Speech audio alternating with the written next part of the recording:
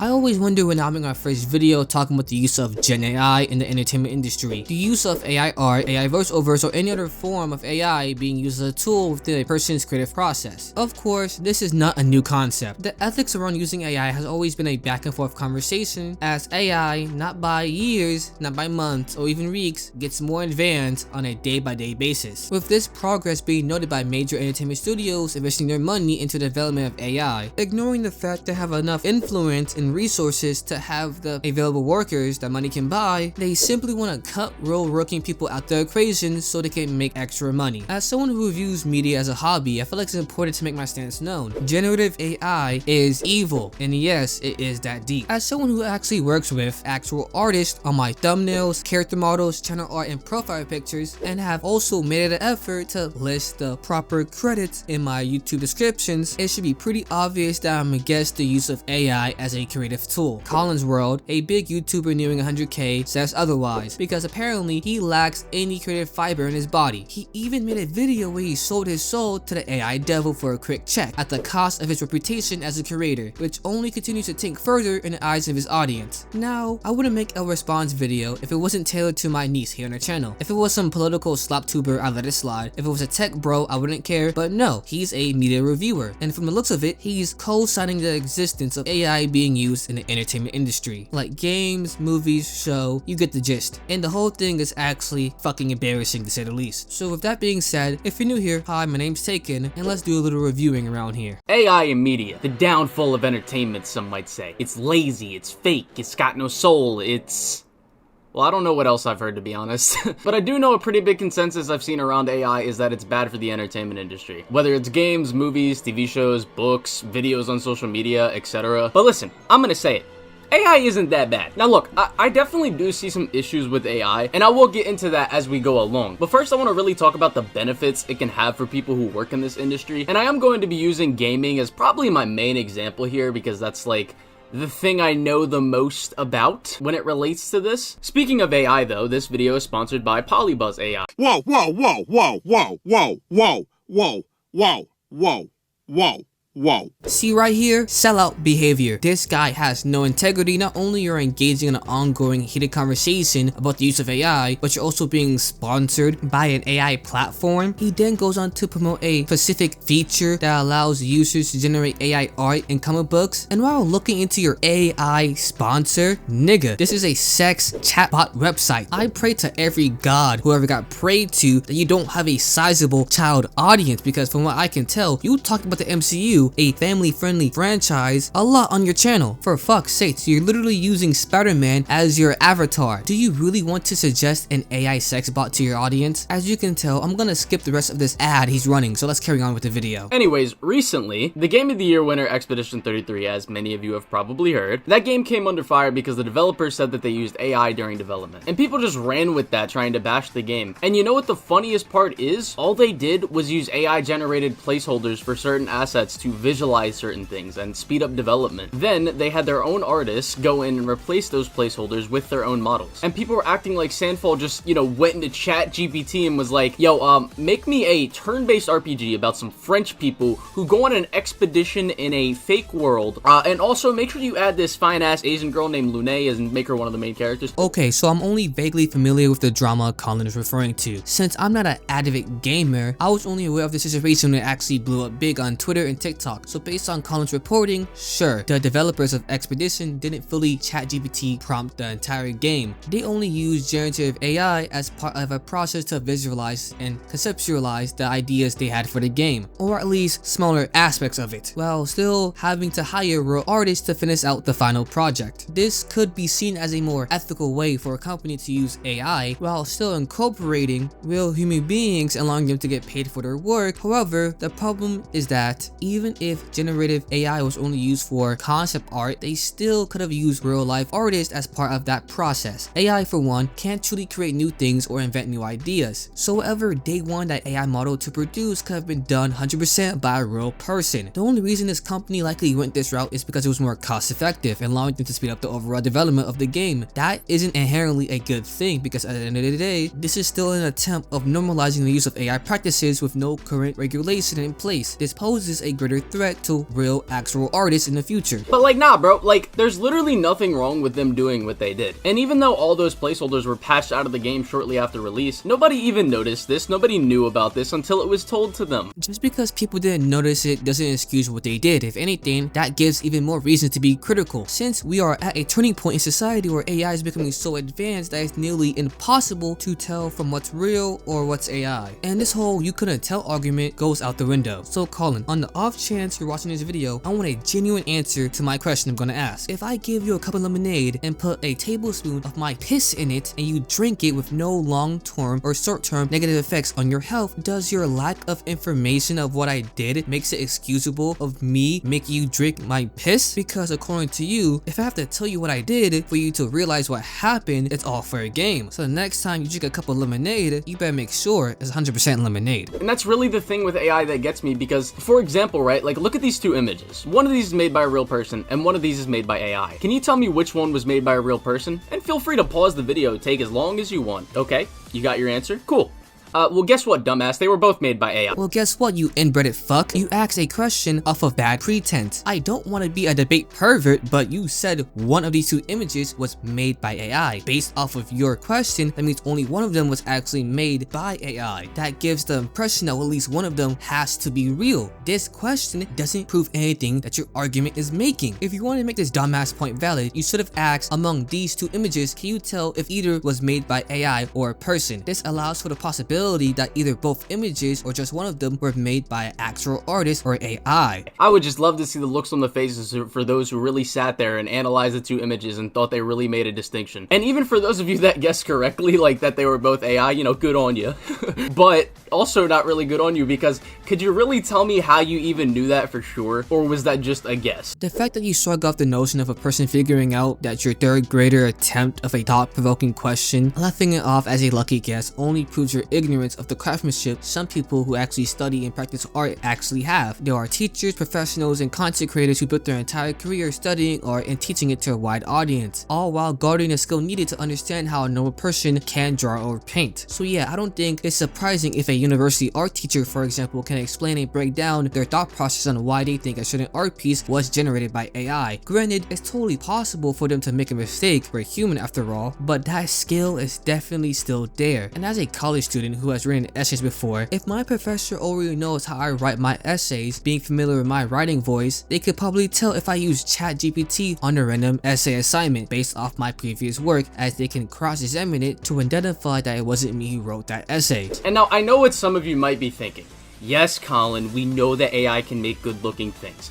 What's your point? Well, I'm glad you asked, because my point with all this, for those of you that don't know, or really don't, like, you know, haven't stepped foot in any kind of creative medium, whether it be drawing, writing, game development, video editing, any kind of thing like that. In the medium of art in general, there is a lot of tedious things that nobody wants to do. Even if they have the skills to do it, it's just tedious and it's very just something you don't really want to do. That's why a lot of people who draw and like artists use 3D models to help them draw bodies, because nobody really wants to sit there and be like, okay, I'm gonna draw a circle here, we're gonna draw a rectangle, we're gonna form this body. Like, nobody wants to do that. So, I'm not an artist, but what you're describing is just the basic fundamental understandings of how a person can draw. Those small, long-term practice process have lasting effects, improving one's ability to draw more effectively in the future. Since the fundamentals of basically everything, doing these smaller and tedious things can have a big payoff in you producing higher quality art. And sure, I'll give Colin a little credit when it comes to how much AI is being used as a tool. For example, I use DaVinci Resolve to edit my videos, and it has an audio tool that uses AI to isolate my voice to cut out more background noises that I couldn't remove while recording on Audacity. And since the beginning of 2026, I've been starting to use captions in my videos to better convey what I'm saying. Since I have a pretty bad speech impediment, I use a service that again uses AI to automatically generate captions, since the editing platform I currently use doesn't have a more effective way for me to generate these captions. Even though I'm using AI, I feel like the way I'm using it doesn't hinder my creative process. I don't use ChatGPT to write my scripts, I don't use AI voiceovers in my videos, and I especially don't use AI generated art. It's a lot easier to just get a model, and that's not really AI. I mean, you can use AI for that, but that's not really AI, but it's just an example of someone in a creative medium taking something that's tedious and making it easy. Like, do you really think that game devs of open world games enjoy modeling 50 different, like, tree models for an open world game, or random miscellaneous things like flowers, or rocks, or blades of grass, and putting them all throughout the world just for barely anyone to really notice them? It's like, no, that's why they use procedural generation. Even before AI became as advanced as it is now and as mainstream as it is now, developers use procedural generation to mitigate that kind of tedious thing. But AI makes that even more easy and even quicker, because you could, let's say you make 5 different tree models, like an artist does that, and then gives it to an AI, lets it look at their work, and then the AI can go in and, you know, kind of match the art style and match the vibe of the trees that you did, and then make multiple different variations of that for you to then go and procedurally generate that throughout an open world. It's like, why should we be mad at them for speeding up development and just, you know, really not bothering or really caring that much with very tedious things? Again, I have no deep understanding of programming, but if I'm not mistaken, can a person already use assets from other programmers and developers if they don't want to go to the hassle or process of making each model by hand? Doesn't Yandere Dev do this, for example, using freely used available models while being built on an open source engine? And again, I expect professionals to have some sort of high level understanding that allows them to take easier shortcuts without the use of having any rely on AI to speed up any developmental process to achieve what they want. And another thing about AI that I've learned myself using it, like I said in my clothing brand video where I used AI to get model photo shoots for my clothing to use as pictures on my website, because I don't have the resources to do that kind of thing. Like, I don't have the resources to pay a model or go do a photo shoot. If you don't have the proper resources, get the damn resources, work for them, get a job. I assume you make money as a full-time content creator, so invest in yourself with the earnings you made. And even if you still can't acquire the funds, then do it yourself. Be the model for your clothing brand, or simply ask one of your friends to help. Everyone has a camera in their pocket, and free photo editing software has come a long way, and it can be nearly effective as some of the more professional tools like Premiere Pro or Sony Vegas. For example, when I don't pay an artist to create a thumbnail for me, I use GIMP, which is completely free for my thumbnails. But in doing this, I learned very quickly that an AI can never really get you what you want fully. It can definitely visualize something for you and give you something close to what you want, but it's not really as advanced yet to the point where a human doesn't need to go in and really just manually edit something that an AI makes to fulfill their vision. But that still makes your job as a creative a lot easier and faster. And for the amount of people that complain about certain projects taking forever to develop and release, I definitely don't want to hear you complaining about this shit. No, they definitely can. Even if the use of AI can speed up the process, the constant reliance on it can hurt the curve of integrity that those products could have in the future when they release. And another example I would use is, like, let's say some small indie developer wants to make a game with a really good combat system and level design, and they go through, they design the combat system, they design the levels themselves, but the levels are just, you know, kind of shapes, like polygons, and they aren't quite skilled enough in other areas of game development, like art direction, to make their levels look good visually. So what they do is use generative AI to fill their levels of, you know, undesigned shapes and turn those levels into things that look pretty good visually. Like, in that case, I can see the game being criticized for its art being used, like a big chunk of it being used by AI, especially if, you know, the art doesn't look good, obviously, for the game. But I wouldn't say that the game dev is some talentless hack, or that the game is just slop and trash immediately just off that basis. No, we can call it slop, because for starters, it doesn't matter if the AI art looks good. That's never a part of contention. It could be the most stunning looking game of all time. The problem is that AI art steals from other artists, and that's the point you've yet to address, which is concerning, because that's the biggest concern about AI art. Since AI is a learning tool, it only works with the information you feed it. With no real human ingenuity behind it, you're just replicating what came before, with no true human innovation. Especially since most of these artists don't want their work being used as a reference point for AI, because it directly takes away from their jobs and their income, allowing companies to cut them out of the process entirely. If a person someone mimics their art style after, for example, Akira Toriyama, that's fine because we can respect the passion and dedication that person has demonstrated through their effort and skill as an artist to reach such a high level where their work can be compared to Akira's. This is exactly what happened with Torotaro, Toriyama's apprentice, who was recognized for his artwork he did in a fan manga of Dragon Ball. Because of his artistic talents, he was recognized by Akira, working under him in the development of the Dragon Ball Super manga, with him leading in the direction of the story and art while being supervised under Akira before he passed away. And now, as we're facing with the unfortunate reality of Akira Toriyama passing away, we have the hope that his successor Torotaro has the ability to carry on his life's work. Because of Torotaro's skills, talent, and passion for being Dragon Ball Super's new mangaka, the franchise as a whole is in good hands right now. Now imagine if Sona Jump said fuck it, we're using AI, and proceeded to use generative AI for the story and the art. Eventually, the AI model can only regenerate the information it was fed, which will limit the creativity and innovation, which will ultimately ruin Dragon Ball. So when it comes to your example of developers not using an art designer, not only is he screwing over people within his own field, but at the end of the day, what that developer is doing can be flipped on back to him, with an AI being the one to program a game's overall fighting mechanics. It's a lose-lose situation that leads to the only outcome of the entire process lacking any meaningful human intervention. Now, if that developer let the AI do all of the work when it came to the art direction, then yeah, that would be pretty lazy. Again, especially if the AI, like, you know, because generative AI isn't perfect, there is going to be some mess-ups that should be corrected manually by humans. And if a dev uses generative AI and doesn't really touch anything up, any of the blemishes really, then yeah, that's pretty lazy and they should be criticized for that. But this also stretches farther than just art direction too, like voice acting, another pretty contentious thing with AI being used. And to be fair, this can be pretty immoral depending on how it's used. Like if someone is paid a small amount and their voice is used a large amount in like a project by AI without their knowledge, or if the company wasn't really transparent with how they're going to use it, then like yeah, that's pretty fucked up. And most of the time AI voice acting is not good. But, you know, humans can also sound really bad too.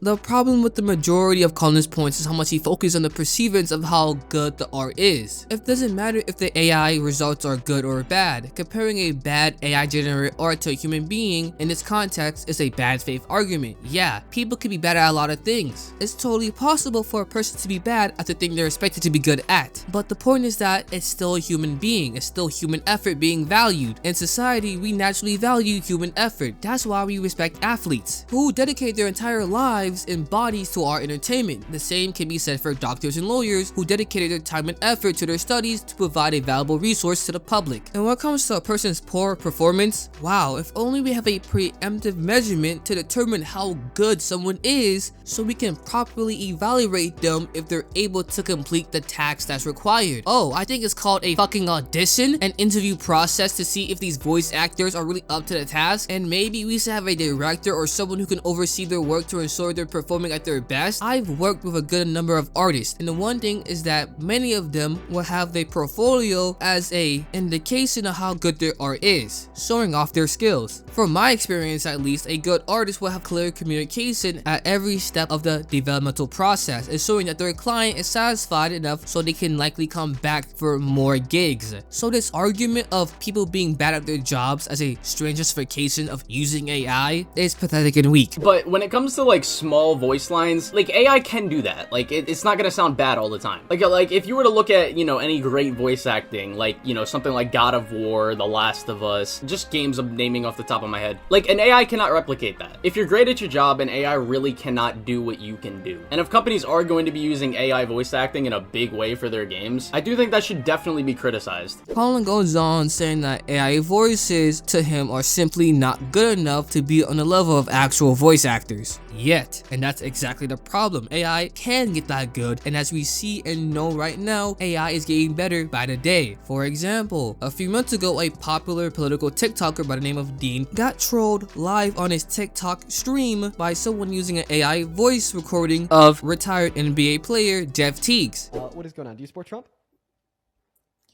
Yo, Dean, I slapped the shit out you, bro. I ain't gonna lie. All right, so I'm gonna ignore that. Do you support Trump?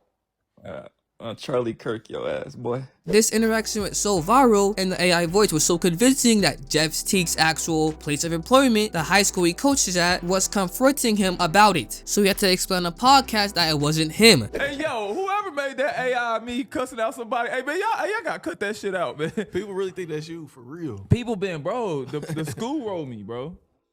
The school wrote you? Yeah, man. They like, hey, we need to talk about this. I'm like, no, that's not me, bro. If an AI is able to convince the person he's talking to that is an actual human being, that only means that the capabilities of that AI learning how to give off better performances on theatrical releases or anything related to entertainment like games, anime, or any other shows is absolutely terrifying. Because again, AI is not good enough to do that kind of thing at a very high level. But then again, I also wouldn't say that we should criticize it more than we would criticize like just a regular human. Actually, like if a regular human came in and their voice acting is damn near just as bad as an AI's voice acting, then I feel like they should be criticized the same way. If anything, as a company, I'd be pretty mad if I paid somebody to do voice acting for me and they fucking sucked. A case where I do think it's done fine is Arc Raiders, where they not only had the voice actors agree to this, but they paid them to be able to use it too. So now if they want to use some small voice lines or add some small voice lines to Arc Raiders, there doesn't need to be the hassle of scheduling, going in and recording like 2 lines of dialogue, and then they still get paid for it anyway. And Arc Raiders voice acting doesn't sound amazing by any means,